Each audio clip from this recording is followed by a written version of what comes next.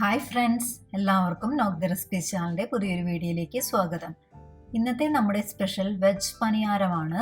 വളരെ എളുപ്പത്തിൽ കുറച്ച് വെജിറ്റബിൾസ് വെച്ച് അടിപൊളി രുചിയിൽ എങ്ങനെയാണ് വെജ് പനിയാരം ഉണ്ടാക്കാമെന്ന് നമുക്ക് നോക്കാം.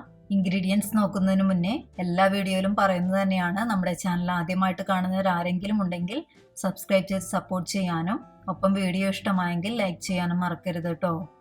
അപ്പോൾ നമ്മുടെ പനിയാരം ഉണ്ടാക്കാനുള്ള ഇൻഗ്രീഡിയൻസ് ഇതൊക്കെയാണ്: ഒരു സവാള, ഒരു ക്യാരറ്റ്, 10 ബീൻസ്, 3 നല്ല എരിവുള്ള പച്ചമുളക്, ഒരു കഷ്ണം ഇഞ്ചി, 2 തണ്ട് വേപ്പില എന്നിവയാണ് വെജിറ്റബിൾസ് ആയി ഞാനിവിടെ എടുത്തു വെച്ചിട്ടുള്ളത്.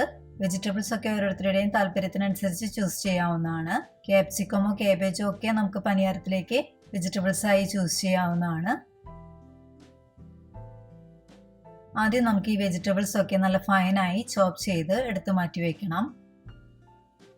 പിന്നെ 2 കപ്പ് ദോശമാവ് ഞാനിവിടെ എടുത്ത് വെച്ചിട്ടുണ്ട്.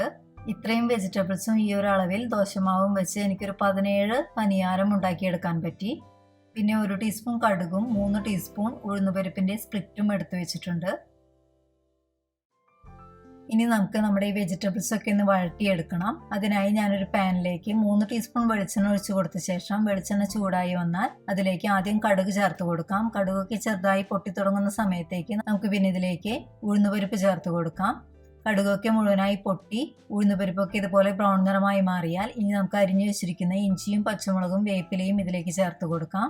ഇഞ്ചിയും പച്ചമുളകും വേപ്പിലയും എല്ലാം നന്നായി മൂത്തു വന്നാൽ നമുക്ക് ഇതിലേക്ക് അടുത്തതായി അരിഞ്ഞു വെച്ചിരിക്കുന്ന സവാള ചേർത്ത് കൊടുക്കാം. സവാള പെട്ടെന്ന് വാടിക്കിട്ടാനായി ഒരു 3/4 ടീസ്പൂൺ ഉപ്പ് കൂടി ഞാൻ ഇതിലേക്ക് ചേർത്ത് കൊടുത്ത് സവാള നന്നായി വഴറ്റിയെടുക്കുന്നുണ്ട്.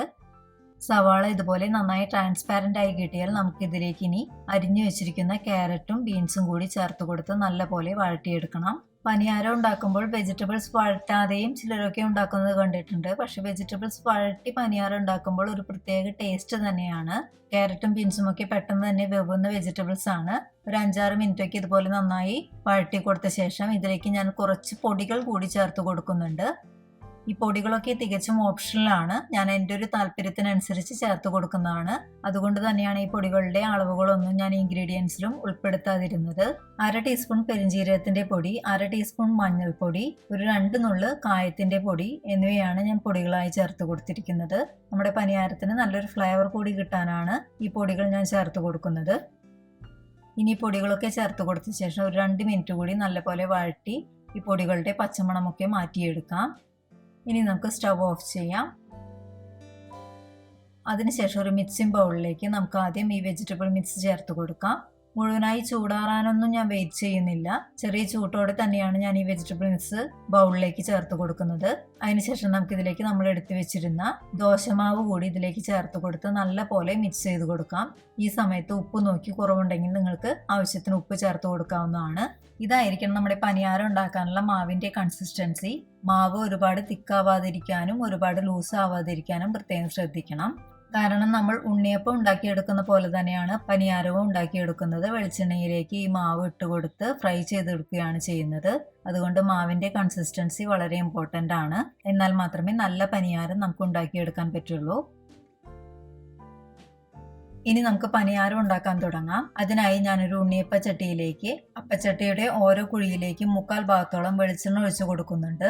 മാവ് ഒഴിച്ചു കൊടുക്കുന്നതിന് മുന്നേ നമ്മുടെ വെളിച്ചെണ്ണ നല്ല രീതിയിൽ ചൂടായെന്ന് ഉറപ്പുവരുത്തണം. നമ്മൾ എടുത്തു വെച്ചിരിക്കുന്ന മാവിൽ നിന്ന് കുറച്ചതുപോലെ വെളിച്ചെണ്ണയിലേക്ക് ഇട്ട് കൊടുത്താൽ അത് അപ്പോൾ തന്നെ മുകളിലേക്ക് പൊങ്ങി വരികയാണെങ്കിൽ വെളിച്ചെണ്ണ കറക്റ്റ് ചൂടായെന്നാണ് അർത്ഥം. ഇനി നമുക്ക് ഓരോ കുഴിയിലേക്കും ഇതുപോലെ മാവ് ഒഴിച്ചു കൊടുത്ത് പനിയാരം ഉണ്ടാക്കിയെടുക്കാം.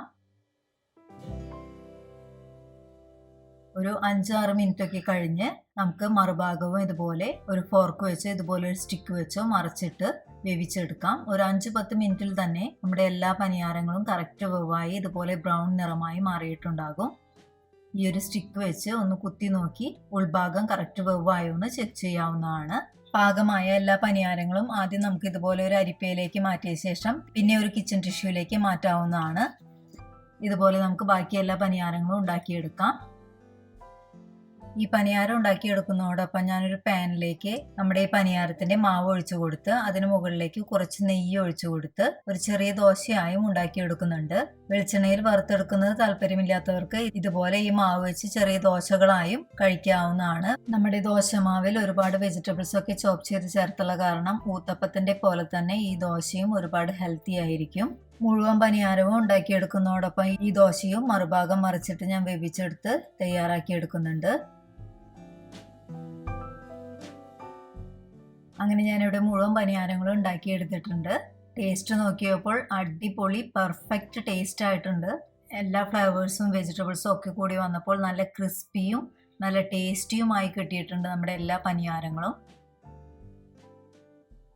കണ്ടില്ലേ, ഒരു പനിയാരം ഞാനിവിടെ പൊട്ടിച്ചു കാണിക്കുന്നുണ്ട്.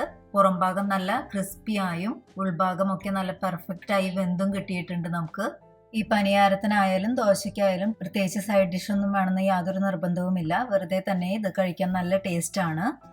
അപ്പോൾ കുറച്ച് ദോശമാവൊക്കെ ബാക്കിയുള്ള ദിവസങ്ങളിൽ വളരെ ഈസിയായി തയ്യാറാക്കിയെടുക്കാവുന്ന വളരെ ടേസ്റ്റി ആയിട്ടുള്ള ഒരു സ്നാക്കാണിത്. അപ്പോൾ എല്ലാവരും ട്രൈ ചെയ്ത് നോക്കി അഭിപ്രായങ്ങളും നിർദ്ദേശങ്ങളും ഒക്കെ കമൻറ്റ് ചെയ്യാനും വീഡിയോ ഇഷ്ടമായെങ്കിൽ ലൈക്ക് ചെയ്യാനും ഫ്രണ്ട്സിനും റിലേറ്റീവ്സിനൊക്കെ ഷെയർ ചെയ്ത് കൊടുക്കാനും മറക്കരുത്. അപ്പോൾ മറ്റൊരു റെസിപ്പിയുമായി വരുന്നവരെ bye, take care, stay healthy and be happy. Thank U.